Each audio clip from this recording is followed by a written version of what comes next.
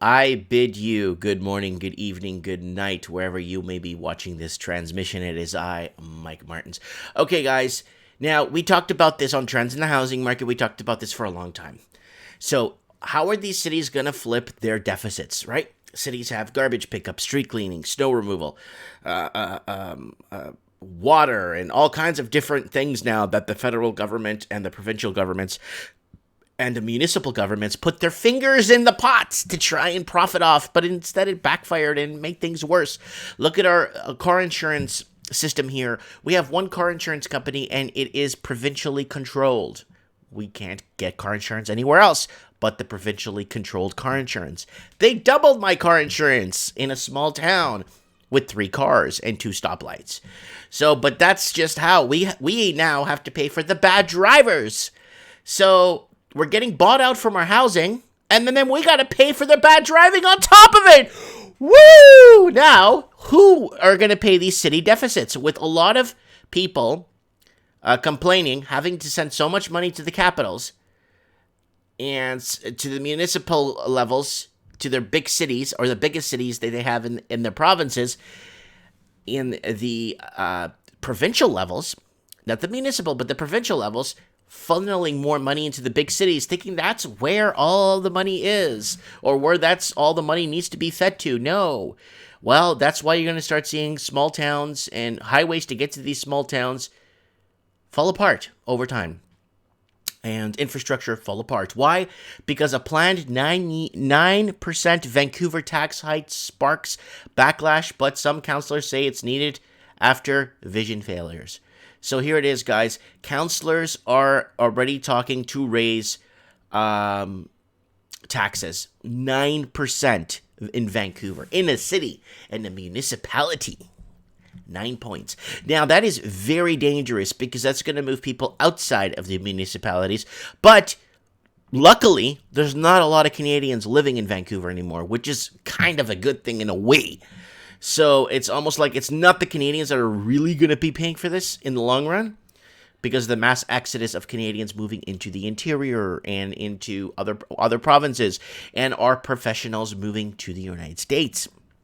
A proposal for a more than 9% tax increase to cover Vancouver's 2020 budget has sparked public backlash and promise from the many councillors that they will be looking for ways to cut costs. Again, cutting costs and thinking they could buy up a private sector institution and make it profitable. They're out of their minds. Look at ICBC. Look at our car insurance.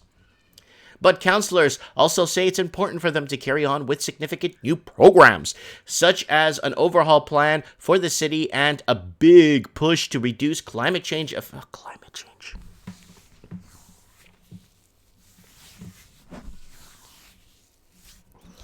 Well, at least they're not blaming Trump, right?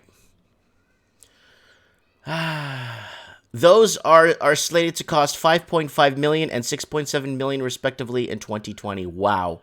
You could put that money towards a homeless housing or something, and it'd be better off. You know what I'm saying? The new council is taking a different direction on several fronts from the former Vision Vancouver party that ruled council for a decade.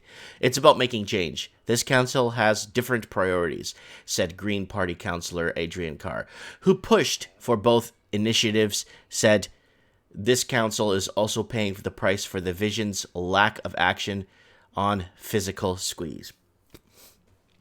So they need to squeeze you more. That prompted the new council to significantly increase police and firefighter staff to keep up with population growth. What population growth? Everybody's leaving. And changing stresses, such as overdose crisis. Yeah, fentanyl coming in from China. The addition of 25 police officers and 30 firefighters is a big part of the projected 9.3% increase. So how are these firefighters and police officers supposed to live in the city? See, the problem is they're losing firefighters and police officers to other districts. On my cul-de-sac, there's 3 police officers that moved from the coast and got relocated up here because of, affordability issues on the coast. I think that the tax increase is in order because of the lack of investment that the last 10 years. But she was among the councillors who said they'll be looking at whether there are some lower priority initiative, especially those left over from previous administrations that could be trimmed, delayed, or cut by $1.8 billion budget. Well, here's the deal, guys. Start going to all the empty homes in town, because this is what they're going to have to do. Find out the homes that don't have hookups, no electrical, no water, no nothing, because a lot of foreign investing does not want to pay for any of those hookups or even pay for home insurance. So find out which ones aren't insured, which ones aren't on hookups, and then start sending them letters, and then and then they have to start providing financial proof of how these properties were purchased, and then if they can't, then they just take the seizure. They confiscate it, and then that's it. And then they put it on auction, or they do something with the property. And then this way, they could actually create more of a budget for and then actual criminals that they catch, putting them in jail. And then this causes less damage. You know what I'm saying? Less damage in society, so they don't have to keep fixing things. Insurance companies don't have to dish out money to replace a broken storefront window every week. All councillors say that they are getting bombarded with angry emails or face-to-face conversations with residents, business owners, and even non-resident workers about the size of the increase, which the city manager says will cost $150 for the median residents and $270 for a median business. People are talking about doubling the increase from last year. Nonpartisan Association Councillor Lisa Dominatio said people are feeling a bit overwhelmed. One factor about municipal tax bills that makes increases such a flashpoint is that the notice that arrives in the mail also includes school taxes, TransLink taxes, and Metro Vancouver taxes. Well, here's the deal. With school taxes, they're closing more schools. There's not enough children. They're opening more schools here where I am because all the families are moving here because they can't afford to live in Vancouver. So they're closing schools. Can't they benefit from the closures, the school closures they're having?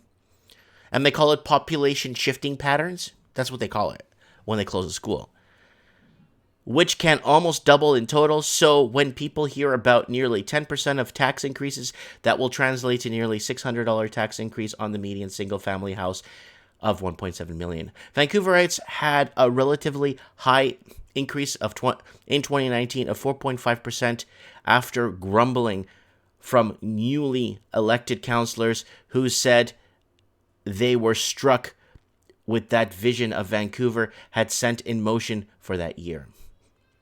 This budget, however, includes 9 motions of the new council for initiatives they supported besides the big budget climate emergency. And city plan projects they include $420,000 for a project to address the historic discrimination against South Asians. Wow. And $250,000 to expand the dog waste pickup program parks. $240,000 for additional supportive counselors. Work with $120,000 to develop textile recycling systems, and charity clothing drop-offs were banned. The police budget expanded $13 million to $315 million, but the arrest reports aren't up. Nobody could arrest nobody. The police hands are tied. There's people on the streets in Vancouver with a crime record like Charles Manson, and they're just walking about like it's nobody's business. A 1% increase in taxes generates about $6 million for the city budget. It's where they're allocating the funds that's the problem, guys. If they could put $6 million towards affordable housing, it isn't much in Vancouver, but it's a start. Or upgrading, or I don't know, man. I don't know. They need seizures. They need to start seizuring or taking illegal. There's $200 billion laundered via Canada, via Canadian real estate. Is there a chance that maybe some of it may be in Vancouver? Several councillors said that they will be listening to what people suggest as a potential cuts during the long session of information and speakers on Tuesday. But many are anxious to hang on to new initiatives they support. I want to make sure we follow through with funding or climate emergency. Again, I'm not going to read this climate emergency garbage. Let me know what you guys think in the comments below. So they're calling it climate change because they can't call it global warming because now it's getting colder. They can't call it mini ice age or global cooling because at times the world gets warmer vis-a-vis warmer, cooler. So there is climate change, but this way now you can't debunk it because climate does change. So that's a really good way. That's a really, really good way of getting people. So again, these cities need to flip their budgets. How are they going to flip or fill their budgets or pay their deficits? I would like to know what you guys think in the comments below. I really want to know what's going to happen with this. Oh my God. Guys, I'm switching. I'm pretty much streaming live on Twitch. If you want to see these transmissions live, I'm on Twitch like 3 times a day live. Little clippets of this. Go on Twitch if you have a Twitch account. Subscribe to me. I'm growing on Twitch very fast. Guys, the channel may be hacked on December 10th. Guys, up top here, I'm on Patreon if you want to donate $1 a month.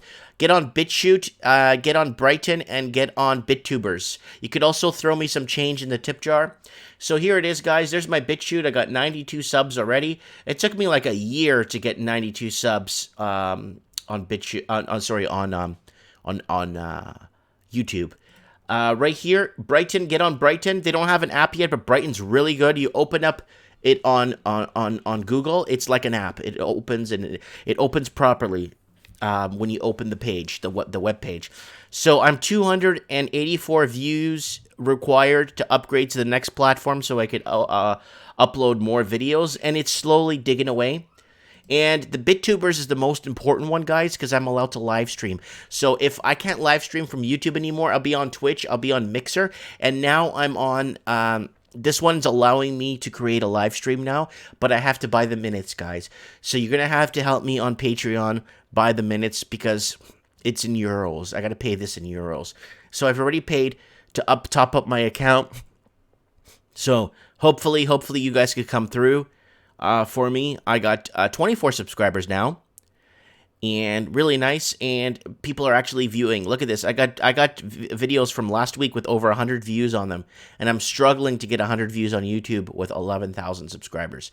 I wish YouTube could go back to when I had 2,800 subscribers and I was getting massive amount of views.